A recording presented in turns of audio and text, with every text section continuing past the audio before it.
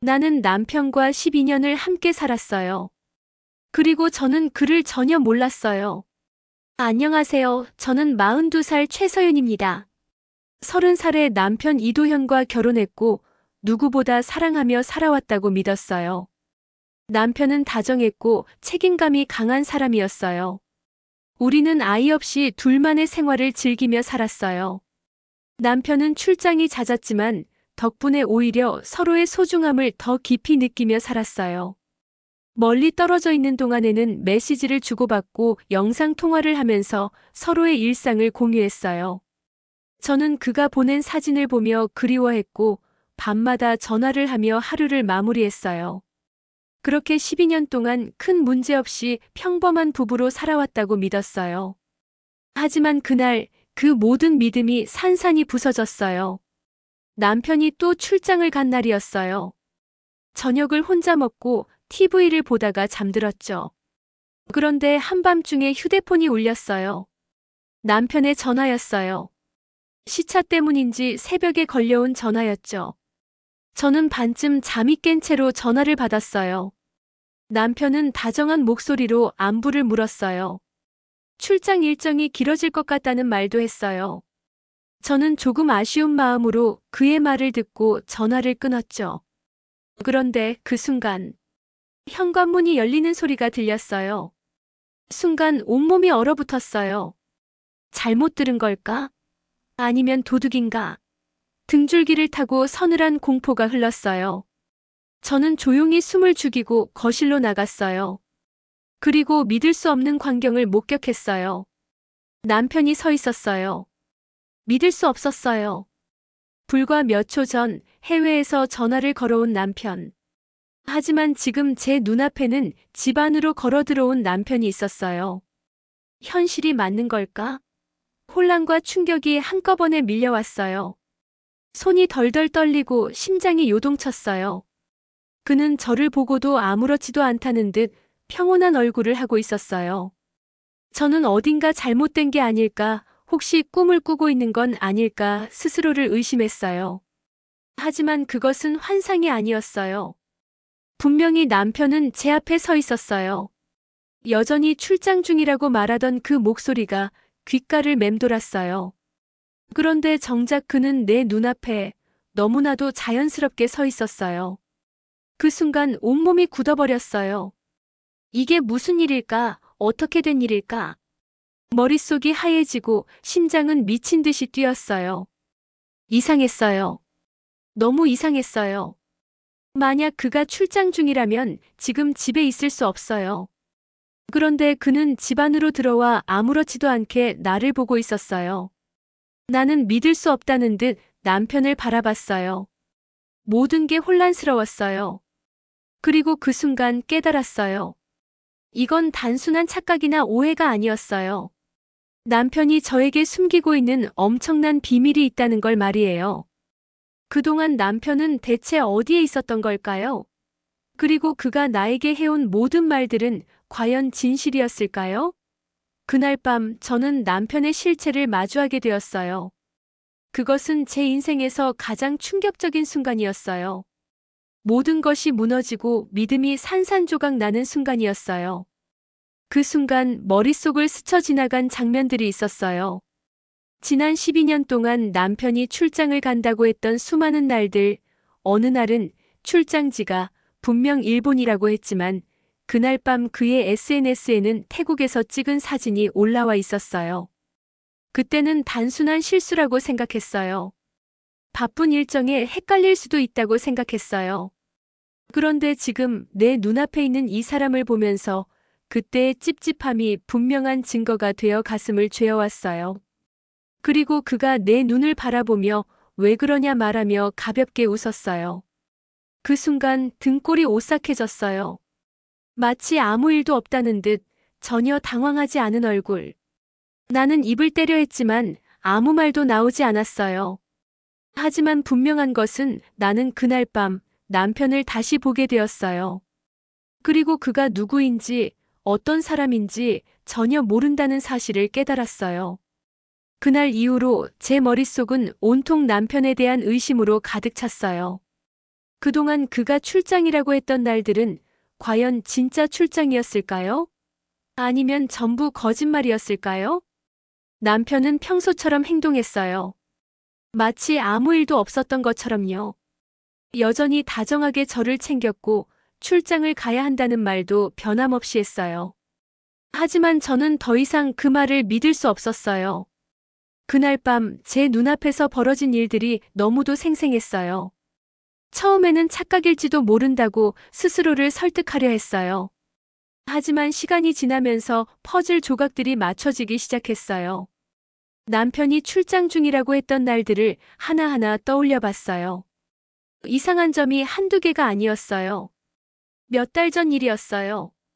남편은 싱가포르로 출장을 간다고 했어요. 그런데 그날 밤 저는 이상한 전화를 받았어요. 남편의 휴대폰 번호로 걸려온 전화였는데 전화기 너머에서 들린 건 낯선 여성의 목소리였어요. 당황한 저는 여보세요? 라고 물었지만 상대방은 아무 말도 하지 않고 전화를 끊었어요.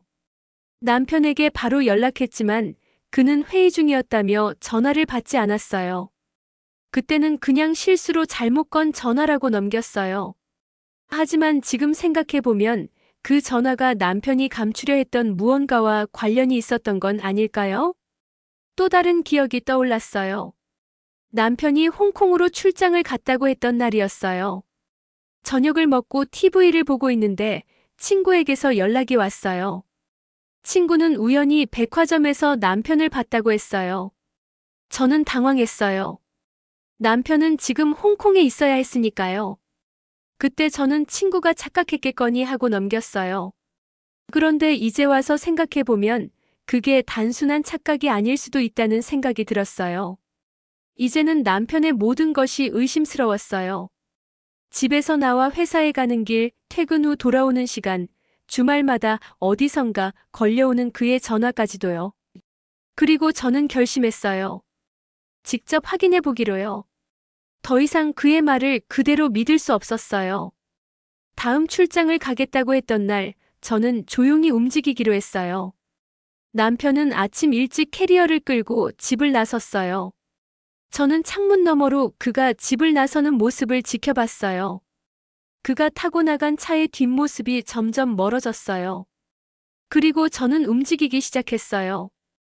택시를 불러 남편의 회사 근처로 갔어요. 남편이 정말 공항으로 향하는지 확인하고 싶었어요. 그런데 놀랍게도 남편은 공항이 아닌 전혀 다른 방향으로 차를 몰고 있었어요. 저는 곧바로 택시 기사님께 저 차를 따라가 주세요라고 부탁했어요. 심장이 미친 듯이 뛰었어요. 만약 남편이 정말 출장을 가는 게 아니라면 대체 어디로 향하는 걸까요? 그렇게 따라간 끝에 도착한 곳은 예상 밖의 장소였어요. 남편이 차를 세운 곳은 한적한 주택가였어요. 그리고 그는 익숙한 듯 자연스럽게 한 집으로 들어갔어요. 저는 차 안에서 멍하니 그 모습을 바라봤어요. 도대체 저 집은 뭐지? 남편은 누구를 만나러 간 걸까요? 한참을 망설이다가 저는 차에서 내려 조심스럽게 집 근처로 다가갔어요. 창문으로 집안을 들여다보려 했지만 커튼이 쳐져 있어서 안이 잘 보이지 않았어요. 그런데 그 순간 문이 열렸어요. 그리고 저는 제 눈을 의심했어요. 집안에서 나온 건 남편이었어요. 그런데 그 옆에 한 여자가 있었어요. 젊고 아름다운 여자였어요. 그리고 그 여자는 남편의 팔을 자연스럽게 붙잡았어요. 마치 연인처럼요. 그 순간 모든 것이 무너지는 것 같았어요. 머릿속이 하얘지고 다리가 후들거렸어요. 그동안의 의심이 현실이 되어버린 순간이었어요. 남편이 출장 중이라고 했던 그 모든 날들은 전부 거짓말이었던 걸까요? 그리고 이 여자는 누구일까요? 남편의 또 다른 삶이 있었던 걸까요? 저는 더 이상 그 자리에 서 있을 수 없었어요. 너무도 충격적이었어요.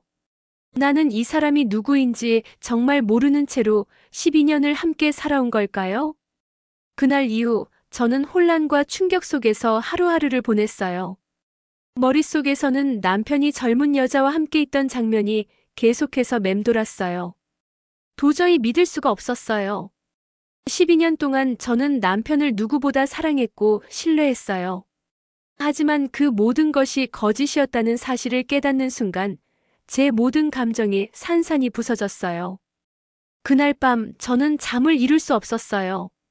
남편의 출장을 빌미로 했던 수많은 거짓말이 떠올랐어요. 그리고 저는 결심했어요. 더 이상 당하고만 있지는 않겠다고요. 저는 남편의 비밀을 끝까지 파헤치기로 했어요. 다음 날 저는 회사를 핑계로 외출했고 남편의 동선을 다시 한번 확인해 보기로 했어요. 이번에도 그는 출장을 간다고 했지만 저는 믿지 않았어요. 저는 몰래 그의 차를 따라갔어요. 다시 한번 남편은 공항이 아니라 그 여자의 집으로 향했어요. 저는 차 안에서 그 광경을 바라보며 손이 덜덜 떨렸어요. 저는 결심했어요. 이대로 보고만 있지 않기로요. 저는 차에서 내려 천천히 그 집으로 다가갔어요. 초인종을 누를까 고민했지만 결국 저는 창문 틈으로 조심스럽게 안을 들여다봤어요.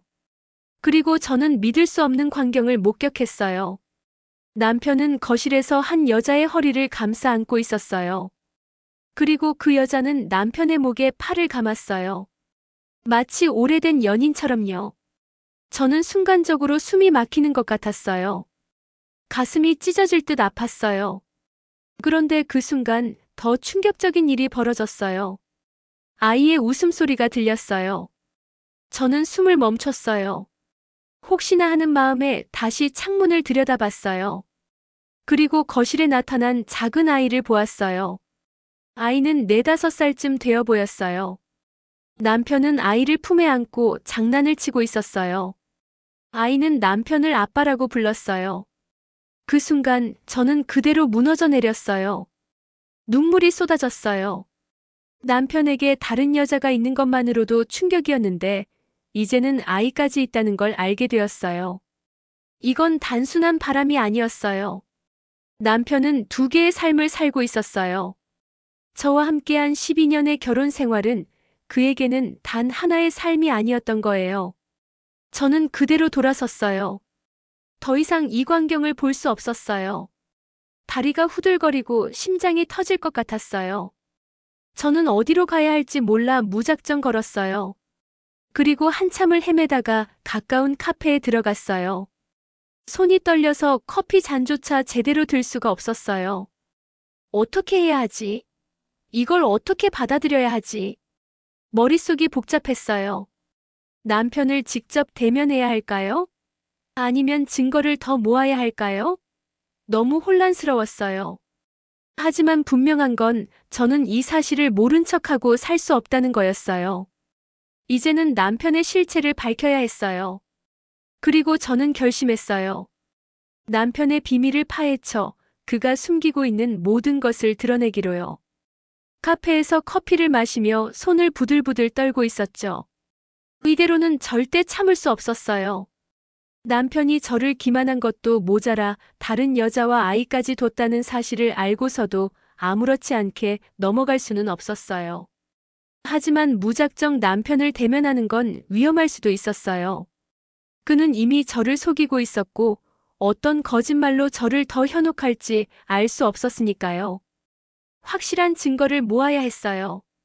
이 결혼 생활을 끝내는 데 있어 단 하나의 의심도 남겨두지 않기 위해서였어요. 우선 변호사를 찾아갔어요. 변호사 사무실에 들어서면서도 가슴이 쿵쾅거렸어요. 이곳에 오게 될 줄은 꿈에도 몰랐어요. 상담을 시작하자 변호사는 차분한 목소리로 상황을 물었어요. 저는 남편의 외도에 대해 이야기했어요. 다른 여자가 있다는 사실, 그리고 아이까지 있다는 것을 설명했죠. 변호사는 깊은 한숨을 내쉬며 이혼을 고려하고 있는지 물었어요. 그 순간 대답을 망설였어요. 이혼. 그 단어가 머릿속에 맴돌았어요. 하지만 현실적으로 생각해보니 이혼을 하지 않고 이 사실을 묵인하며 사는 것도 끔찍한 일이었어요. 결국 고개를 끄덕였죠. 확실한 증거가 필요했어요. 변호사는 사진이나 영상, 대화 기록 같은 것이 있는지 물었지만 아직까지 직접적인 증거를 수집하지 못한 상태였어요. 탐정을 고용하는 것도 방법이라며 신중히 결정하라고 조언했어요.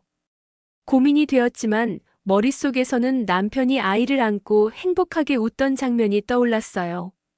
도저히 그냥 넘어갈 수 없었어요. 결국 탐정을 고용하기로 결심했어요. 그날 밤 남편의 서재로 들어갔어요. 그의 서류와 노트북을 뒤졌지만 비밀번호가 걸려 있었어요. 대신 그의 가방을 뒤졌죠. 그리고 그 속에서 충격적인 것을 발견했어요. 한 통의 서류. 그것은 주택임대 계약서였어요. 주소를 보니 낮에 갔던 바로 그 집이었어요. 거기엔 남편의 서명이 선명하게 찍혀 있었어요. 남편이 단순히 바람을 피운 게 아니라 그곳에서 완전히 또 다른 가정을 꾸리고 있었다는 사실이 명백해졌어요. 손이 떨렸어요. 숨이 가빠졌어요. 눈물이 왈칵 쏟아졌어요. 이게 정말 현실일까? 남편은 출장을 가는 것이 아니라 그 여자와 아이에게 가기 위해 저를 속였던 것이었어요. 바닥에 주저앉았어요. 아무리 생각해도 도저히 용서할 수 없는 일이었어요. 다음 날 탐정 사무소를 찾아갔어요. 담당자는 차분한 목소리로 조사 내용을 물었어요. 남편의 이중 생활에 대한 확실한 증거가 필요했어요. 사진, 영상, 모든 것이 필요했어요. 탐정은 요청을 듣고 일주일 정도면 충분할 거라고 했어요. 조사한 뒤 보고서를 주겠다고 했죠. 일주일. 그 짧은 시간이 너무 길게 느껴졌어요. 매일 밤을 뜬 눈으로 지새웠어요. 남편은 여전히 다정한 얼굴로 저를 대했어요. 출장을 가겠다고 했을 때도 평소와 다름없는 태도를 보였어요. 하지만 이제 그 모든 것이 연극이라는 걸 알고 있었어요. 남편이 떠난 후 탐정에게서 연락을 기다렸어요. 드디어 일주일 후 탐정이 저를 불렀어요. 손에 땀을 쥐고 사무실을 찾았어요. 탐정은 무거운 표정을 지으며 한 장의 사진을 내밀었어요. 사진 속에는 남편과 그 여자가 함께 있었어요. 그 여자는 아이를 안고 있었고 남편은 그 옆에서 미소를 짓고 있었어요. 그리고 그 다음 사진에서는 네 사람이 함께 식사를 하고 있었어요. 남편과 그 여자 그리고 아이뿐만 아니라 다른 중년 남성까지 있었어요. 충격적이었어요. 그 남자는 누구일까? 탐정이 서류를 넘기며 설명했어요. 그 남자는 그 여자의 친오빠였어요. 두 사람은 꽤 오래된 관계였고 남편은 이 집을 오가며 또 다른 가족처럼 생활하고 있었다는 사실이 드러났어요. 그 말을 듣는 순간 모든 것이 확실해졌어요. 남편은 단순한 외도를 한 것이 아니었어요. 완전히 이중 생활을 하고 있었어요. 저를 속이며 두 개의 삶을 동시에 유지하고 있었던 거였어요. 손을 덜덜 떨며 그 사진들을 들여다봤어요. 가슴이 무너지는 것 같았어요. 이걸 어떻게 받아들여야 할까? 이제 저는 어떤 결정을 내려야 할까요? 탐정이 내밀었던 사진을 집으로 가져와 몇 번이나 다시 들여다봤어요. 한 장 한 장 넘길 때마다 심장이 무너지는 것 같았어요. 내 남편이었어요. 내게 다정했던 그 남자. 내 곁에서 나를 사랑한다고 속삭이던 사람이었어요. 그런데 그는 다른 여자의 곁에서도 똑같이 미소 짓고 있었어요. 마치 아무런 죄책감도 없는 사람처럼. 그리고 그의 품 안에 안긴 아이. 내게는 단 한 번도 말한 적 없던 그의 또 다른 가족. 나는 이제 더 이상 모르는 척할 수 없었어요. 그날 밤 남편이 집으로 돌아왔어요. 출장을 다녀왔다면서 평소처럼 피곤한 얼굴을 하고 있었어요. 나는 그 얼굴을 가만히 바라봤어요. 어떻게 이토록 태어날 수 있을까? 나는 아무 일도 모른다는 듯 행동하며 그를 맞이했어요. 저녁을 차려주고 그의 이야기를 들었어요. 하지만 가슴속 깊은 곳에서 끓어오르는 감정을 억누를 수가 없었어요. 나는 그를 떠보기로 했어요. 당신 요즘 너무 바쁜 것 같아. 이번 출장도 힘들었겠지? 라고 말했어요. 남편은 깊은 한숨을 쉬며 고개를 끄덕였어요. 피곤하다는 듯 눈을 감고 한 손으로 이마를 짚었어요. 나는 그 모습을 보며 속으로 비웃었어요. 이제는 그의 말 한마디, 행동 하나하나가 다 거짓처럼 느껴졌어요. 그는 너무 힘들었다며 하루 종일 회의에 시달리고 술자리까지 있었다고 했어요. 거짓말. 나는 이제 그의 입에서 나오는 모든 말이 거짓이라는 걸 알고 있었어요. 그의 가방을 보며 조심스레 물었어요. 출장지에서는 어디에서 묵었는지 물었어요. 남편은 당연하다는 듯 호텔 이름을 말했어요. 하지만 나는 알고 있었어요. 그가 묵었던 곳은 호텔이 아니라 그녀의 집이었어요. 거짓말을 늘어놓는 그의 입을 바라보면서도 나는 여전히 차분한 척했어요. 그날 밤 남편이 잠든 사이 나는 그의 휴대폰을 확인했어요. 비밀번호를 풀려고 몇 번이고 시도했어요. 실패할 때마다 가슴이 조여왔어요. 하지만 나는 포기하지 않았어요. 그는 어딘가에 단서를 남겼을 테니까. 몇 번의 시도 끝에 드디어 휴대폰이 열렸어요. 나는 손을 떨며 그의 메시지를 확인했어요. 그리고 그곳에서 또 다른 증거들을 발견했어요. 그녀와 나눈 다정한 대화들. 아이의 사진을 주고받으며 행복하다고 말하는 남편. 우리 가족이라는 단어가 쓰인 메시지. 나는 손을 덜덜 떨며 화면을 바라봤어요. 남편은 이미 오래전부터 또 다른 가정을 꾸리고 있었어요.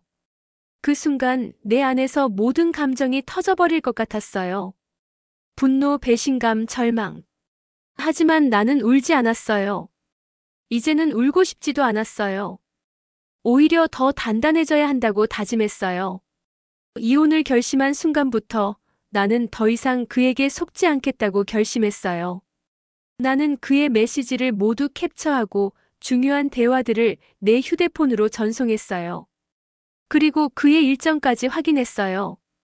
그는 며칠 후 다시 출장을 간다고 했어요. 하지만 나는 알고 있었어요. 그가 어디로 가는지. 나는 이번이 마지막이 될 것임을 직감했어요. 그의 거짓말이 끝나는 순간이 멀지 않았다는 것을. 이제 나는 그를 절대 용서하지 않을 거예요. 남편의 휴대폰에서 발견한 메시지들을 저장하고 나니 손이 떨렸어요. 그가 나를 속이고 있었다는 사실은 알고 있었지만 이렇게까지 노골적으로 두 집 살림을 하고 있었다는 게 믿기지 않았어요. 내게 출장이라고 거짓말을 하고 그녀와 아이와 함께 행복한 시간을 보내고 있었어요. 메시지 속 그는 다정한 남편이자 아빠였어요. 하지만 내게는 냉랭한 거짓말쟁이였죠. 나는 그의 출장 일정이 다가오는 동안 차분하게 계획을 세웠어요. 무작정 폭발하는 것은 내게 아무런 도움이 되지 않을 거였어요. 오히려 모든 증거를 모으고 법적으로 철저하게 대비해야 했어요. 이미 변호사를 만났고 남편의 외도와 이중 생활을 입증할 수 있는 증거들을 충분히 확보해 두었어요. 하지만 결정적인 순간이 필요했어요. 그의 거짓말을 완벽하게 파헤치고 더 이상 변명의 여지가 없도록 만들고 싶었어요. 출발 당일 남편은 아무렇지도 않게 여행용 가방을 챙기고 있었어요. 내 앞에서 태연한 얼굴로 짐을 꾸리는 모습을 보고 있자니 가슴속에서 끓어오르는 감정을 애써 눌러야 했어요. 나는 그에게 평소처럼 다정한 척 다가가 이번 출장도 오래 걸리는 물었어요. 그는 피곤한 듯 고개를 끄덕이며 중요한 프로젝트라며 일주일 정도 걸릴 거라고 말했어요. 거짓말. 나는 이미 그의 일정과 목적지를 알고 있었어요. 하지만 내색하지 않았어요. 대신 가방을 챙기는 그의 모습을 바라보며 속으로 되뇌었어요. 이번이 마지막이라고. 더 이상 그가 내 인생을 농락하도록 두지 않겠다고. 남편이 떠난 후 나는 그의 뒤를 밟기로 했어요. 내가 직접 가지 않아도 이미 탐정이 모든 동선을 파악하고 있었어요. 남편이 집을 나서자마자 나는 차에 올라탔어요. 이미 며칠 전부터 준비한 대로 탐정과 연결된 카메라가 그를 쫓고 있었어요. 나는 실시간으로 남편의 움직임을 확인할 수 있었어요. 그는 호텔이 아닌 그녀의 집으로 들어갔어요. 문 앞에서 망설이는 기색도 없이 자연스럽게 키를 꺼내 문을 열고 들어갔어요. 마치 자신의 집인 것처럼.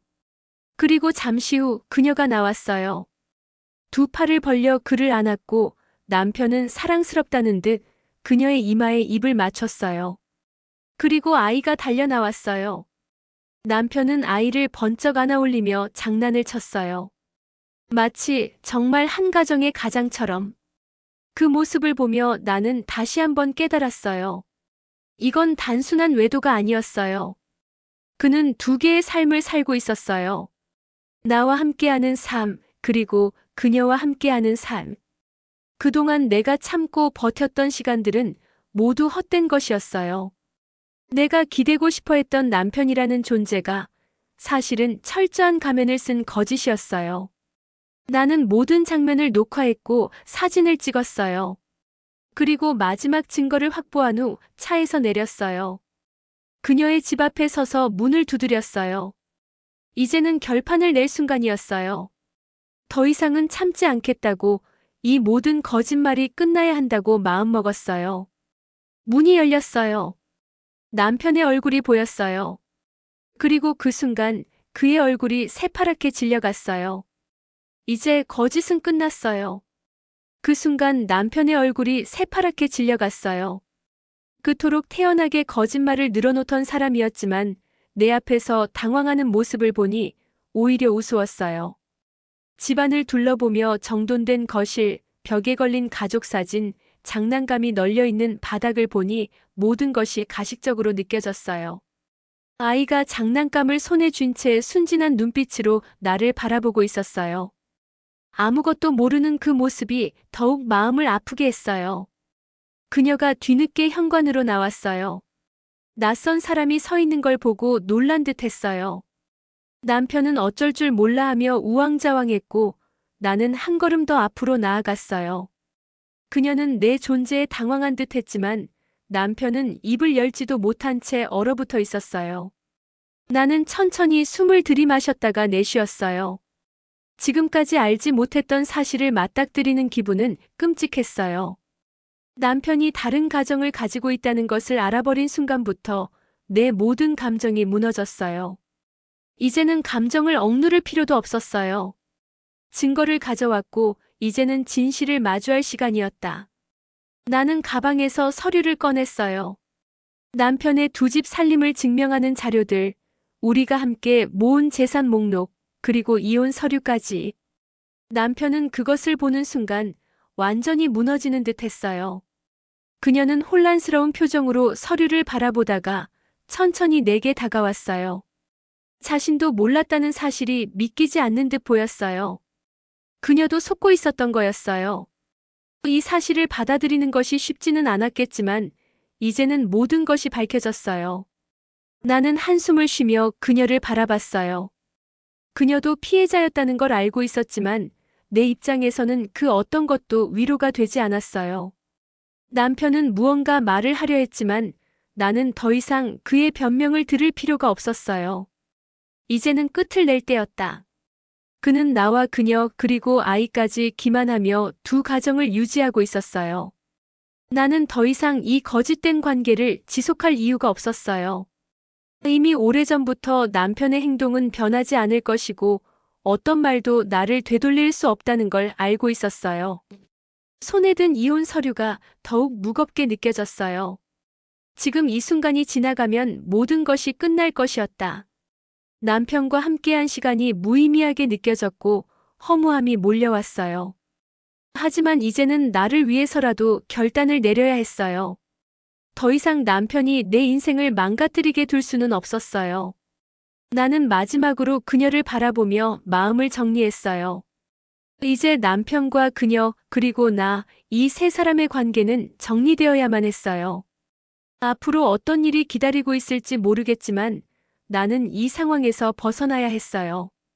서류를 남편 앞에 던지고 더 이상 망설이지 않고 자리를 떠났어요. 내 인생에서 남편은 더 이상 존재하지 않는 사람이 되어야 했어요. 집으로 돌아오는 길, 차 안에서 나는 창밖을 멍하니 바라봤어요. 도시의 불빛이 어지럽게 스쳐 지나가는데도 내 머릿속은 여전히 남편과 그 여자의 얼굴로 가득했어요. 모든 진실이 밝혀졌고 나는 이혼 서류까지 던지고 나왔지만 마음 깊숙이 자리 잡은 분노와 허탈함은 좀처럼 사라지지 않았어요. 집에 도착하자마자 나는 옷도 갈아입지 않고 소파에 털썩 주저앉았어요. 방금까지의 일이 현실이었나 싶었어요. 남편의 얼굴, 그의 태어난 거짓말, 그리고 두 번째 가정까지. 모든 것이 하나하나 떠올랐고 그럴수록 속이 부글부글 끓어올랐어요. 나는 분명히 정리를 끝냈다고 생각했어요. 하지만 여전히 찜찜한 감정이 남아 있었어요. 아무리 생각해도 그가 저렇게 뻔뻔하게 살아왔다는 사실이 용납되지 않았어요. 휴대폰을 켜고 다시 한번 그가 보냈던 메시지를 확인했어요. 출장 중이다.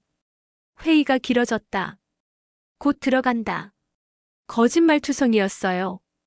그동안 아무런 의심도 하지 않았던 내가 너무 어리석게 느껴졌어요.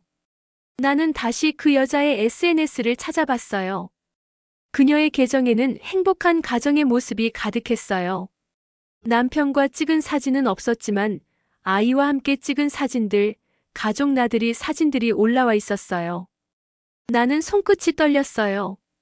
내 남편은 두 가정을 오가면서 한쪽에서는 헌신적인 가장인 척, 한쪽에서는 나에게 사랑하는 남편인 척하고 있었던 거였어요. 나는 다시 한번 그의 숨겨진 진실을 폭로할 방법을 고민했어요. 이렇게 조용히 끝낼 수는 없었어요.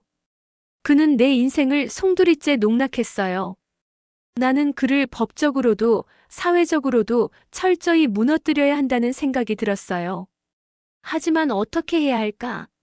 변호사와 이미 상담을 마쳤고 이혼 절차를 밟는 건 문제 없었지만 단순한 이혼으로 끝내기엔 그가 한 짓이 너무 괘씸했어요. 나는 곧장 노트북을 열고 법적인 방법들을 찾아보기 시작했어요. 남편이 혼인 중 또 다른 여자를 만나 가정을 꾸렸다면 이는 명백한 위자료 청구 사유가 될 수 있었어요. 하지만 단순한 불륜 소송으로 끝내고 싶지 않았어요. 나는 더 확실한 증거가 필요했어요. 변호사가 증거 수집이 중요하다고 했어요. 그래서 나는 결심했어요. 다시 한번 그를 철저히 파헤치기로. 며칠 후 나는 남편의 일정을 몰래 확인했어요. 그날도 출장이라며 집을 비운다고 했어요. 나는 그의 차를 몰래 따라갔어요.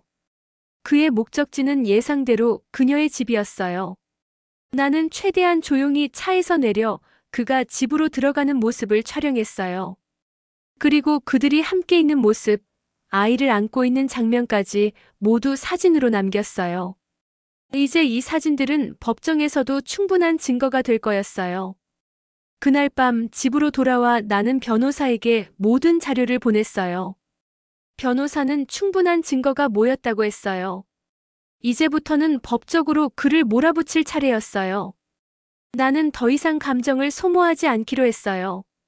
이 일에서 승리해야 할 사람은 바로 나였어요. 이제 그는 모든 것을 잃게 될 거였어요. 며칠이 지나자 남편은 아무것도 모른 채 집으로 돌아왔어요. 마치 아무 일도 없었던 것처럼 평소와 같은 태도로 저를 대했어요. 나는 속으로 비웃었어요. 이제 곧 모든 게 끝날 거라는 걸 그는 전혀 모르고 있었어요. 나는 조용히 그가 방에 들어가는 모습을 바라봤어요. 그가 샤워를 하는 동안 나는 그의 가방을 확인했어요. 출장이라던 그의 가방 안에는 호텔 영수증도 서류도 없었어요. 대신 여자와 함께 갔던 레스토랑의 영수증이 있었어요. 나는 그것을 조용히 챙겼어요. 다음 날 아침 나는 변호사와 만나기로 했어요. 이제 본격적으로 소송을 진행할 준비가 끝났어요. 그동안 모아둔 사진과 메시지, 영수증까지 모든 증거를 정리했어요. 변호사는 확신했어요. 이 정도면 법정에서도 충분히 유리할 거라고 했어요. 나는 마지막까지 흔들리지 않기로 했어요. 이 사람에게 더 이상 한 줌의 동정심도 남아있지 않았어요. 이혼 소송이 시작된다는 서류를 남편에게 내밀었을 때 그는 당황한 기색이 역력했어요. 처음에는 어리둥절한 표정을 지었지만 이내 표정이 차가워졌어요. 그는 변명하려 했어요. 하지만 나는 더 이상 그의 거짓말을 들을 필요가 없었어요. 그는 말끝마다 나를 설득하려 했지만 이미 나는 마음을 굳혔어요. 그는 분노하기 시작했어요. 어쩌면 이렇게까지 나올 줄 몰랐겠죠. 그는 나를 붙잡으려 했지만 나는 그의 손을 뿌리쳤어요. 이제 더 이상 같은 실수를 반복하지 않을 거였어요. 나는 한치의 흔들림도 없이 그를 바라봤어요. 내 앞에서 그의 모든 거짓말이 무너지는 순간이었어요. 그는 마지막까지 내가 용서할 거라고 생각했을까요? 아니, 이제 나는 그의 삶에서 완전히 사라질 준비가 되어 있었어요. 그날 밤 나는 마지막으로 우리 집을 정리했어요. 더 이상 이곳에서 머물 이유가 없었어요. 짐을 싸고 필요 없는 것들은 모두 버렸어요. 남편과 함께 찍은 사진도 그와 함께 했던 시간들도 모두 지워버렸어요. 내 인생에서 그가 차지했던 자리는 이제 더 이상 존재하지 않았어요. 집을 나서며 나는 뒤돌아보지 않았어요. 이제부터는 내 삶을 살기로 했어요. 나는 끝까지 싸워 이길 거였어요. 그리고 그 과정에서 절대 흔들리지 않을 거였어요. 이 싸움은 내 삶을 되찾는 과정이었어요. 나는 더 이상 약한 사람이 아니었어요. 남편이 어떻게 나오든 나는 끝까지 내 길을 갈 거예요. 이혼 소송이 시작되고 나서 남편은 점점 초조해졌어요. 변호사를 통해 내가 제출한 증거들을 확인한 그는 이제야 상황의 심각성을 깨달은 듯했어요. 그는 몇 번이나 나에게 연락을 시도했어요. 하지만 나는 그의 메시지나 전화를 단 한 번도 받지 않았어요. 내가 원한 것은 대화가 아니었어요. 나는 오직 공정한 심판을 통해 그가 저지른 죄값을 치르게 하고 싶었어요. 법정에서 마주한 남편의 얼굴은 초췌했어요. 그는 처음으로 패배자의 표정을 하고 있었어요. 변호사들은 각각의 증거를 조목조목 설명했어요. 그가 다른 여자와 동거하며 가정을 꾸렸다는 명백한 증거들, 거짓말로 나를 속이며 유지해온 이중생활, 그리고 수많은 배신의 흔적들. 판사는 이 모든 사실을 하나하나 검토했고 내게 상당한 위자료와 재산 분할이 주어지는 것으로 결정했어요. 판결이 내려진 후에도 남편은 내게 말을 걸고 싶어 했어요. 하지만 나는 더 이상 그를 상대할 이유가 없었어요. 그의 변명은 이미 의미 없는 것이 되었고 그의 후회는 나에게 아무런 가치도 없었어요. 나는 재판이 끝난 법정을 빠져나오며 마지막으로 그를 바라봤어요. 그는 결국 한마디도 하지 못한 채 고개를 떨구고 있었어요. 이제 나는 자유예요. 그 사람에게 속박당하지 않는 삶을 되찾았어요. 처음에는 허탈함이 밀려왔어요. 하지만 시간이 지나면서 점점 가벼워지는 기분이 들었어요. 나는 새로운 인생을 시작하기로 했어요. 한때는 남편과 함께했던 이 집을 떠나기로 결심했어요. 새로운 곳에서 새로운 나로 살아가기로 했어요. 며칠 후 나는 작은 도시로 이사를 했어요. 그곳에서 나는 처음으로 나만을 위한 삶을 꾸려갔어요. 더 이상 남편의 거짓말에 속지 않아도 됐고 그의 배신에 상처받을 필요도 없었어요. 나는 내 자신을 다시 찾았어요. 예전에 나는 남편에게 속고 그의 사랑을 의심하며 살았지만 이제는 더 이상 그러지 않아요. 한 번의 배신이 내 인생을 망가뜨릴 수 없다는 걸 알았어요. 나는 다시 일어나 앞으로 나아갈 거예요. 그리고 더 이상 누구에게도 휘둘리지 않을 거예요. 내 인생은 이제부터 내가 원하는 대로 살아갈 거예요. 과거는 지나갔고 나는 새로운 시작을 맞이할 준비가 되어 있어요. 나는 이제 진정한 자유를 찾았어요. 이혼은 끝이 아니라 새로운 출발이었어요. 나는 나 자신을 위한 삶을 살아갈 거예요. 그 어떤 배신도, 그 어떤 상처도 이제는 나를 무너뜨릴 수 없어요. 이제 나는 나 자신을 위한 삶을 시작할 거예요. 그리고 그 길을 꿋꿋이 걸어갈 거예요. 배신과 거짓으로 얼룩진 관계는 결코 오래 지속될 수 없습니다. 오늘 이야기를 통해 우리는 신뢰가 깨졌을 때 어떤 상처를 남기는지, 그리고 그것을 극복하는 과정에서 얼마나 강해질 수 있는지를 알게 되었습니다. 사랑은 상대방을 믿고 의지하는 감정에서 비롯됩니다. 하지만 그 믿음이 무너질 때 우리는 깊은 절망과 분노 속에서 방황하게 됩니다. 하지만 중요한 것은 배신당한 후의 선택입니다. 분노와 절망에 휩싸여 모든 것을 놓아버릴 수도 있지만 스스로를 지키기 위해 단호한 결단을 내리는 것도 가능합니다. 오늘 사연 속 주인공처럼 자신의 가치를 깨닫고 더 이상 속지 않겠다는 다짐을 하는 순간부터 진정한 자유를 찾을 수 있습니다. 누군가는 사랑을 이유로 상대를 용서해야 한다고 말할지도 모릅니다. 하지만 용서는 상대를 위한 것이 아니라 나 자신을 위한 것입니다. 그 사람이 바뀌지 않는다면 내가 먼저 변해야 합니다. 스스로를 지키기 위해 단호한 결정을 내리는 용기도 사랑만큼이나 소중한 감정입니다. 그리고 무엇보다 중요한 것은 우리의 삶은 타인의 거짓된 사랑에 의해 좌우되어서는 안 된다는 점입니다. 나를 속이고 이용하는 사람에게 시간을 허비하기보다 스스로를 사랑하고 자신의 삶을 온전히 누릴 수 있도록 노력해야 합니다. 배신을 경험했다고 해서 모든 인간관계가 무너지는 것은 아닙니다. 오히려 그 과정을 통해 더 단단해지고 더 나은 삶을 찾아 나설 수 있습니다. 만약 여러분이 비슷한 경험을 하고 있다면 기억하세요. 여러분은 충분히 소중한 존재이며 어떤 관계든 나 자신을 희생하면서까지 유지할 필요는 없습니다. 힘들겠지만 한 걸음 한 걸음 나아가다 보면 결국 스스로를 위한 길을 찾을 수 있을 것입니다. 이제 이야기가 마무리되었습니다. 여러분은 어떻게 생각하시나요? 오늘의 이야기가 누군가에게는 위로가 되고 또 누군가에게는 용기를 주었기를 바랍니다. 앞으로도 우리는 다양한 이야기들을 통해 인생의 교훈과 지혜를 나누어 가겠습니다. 마음다락에서는 언제나 여러분의 이야기를 기다리고 있습니다. 좋아요와 구독, 알림 설정을 눌러주시면 앞으로도 더 많은 이야기들을 함께할 수 있습니다. 여러분의 소중한 댓글 하나하나가 저희에게 큰 힘이 됩니다. 지금까지 함께해 주셔서 감사합니다. 다음 이야기에서 다시 만나요.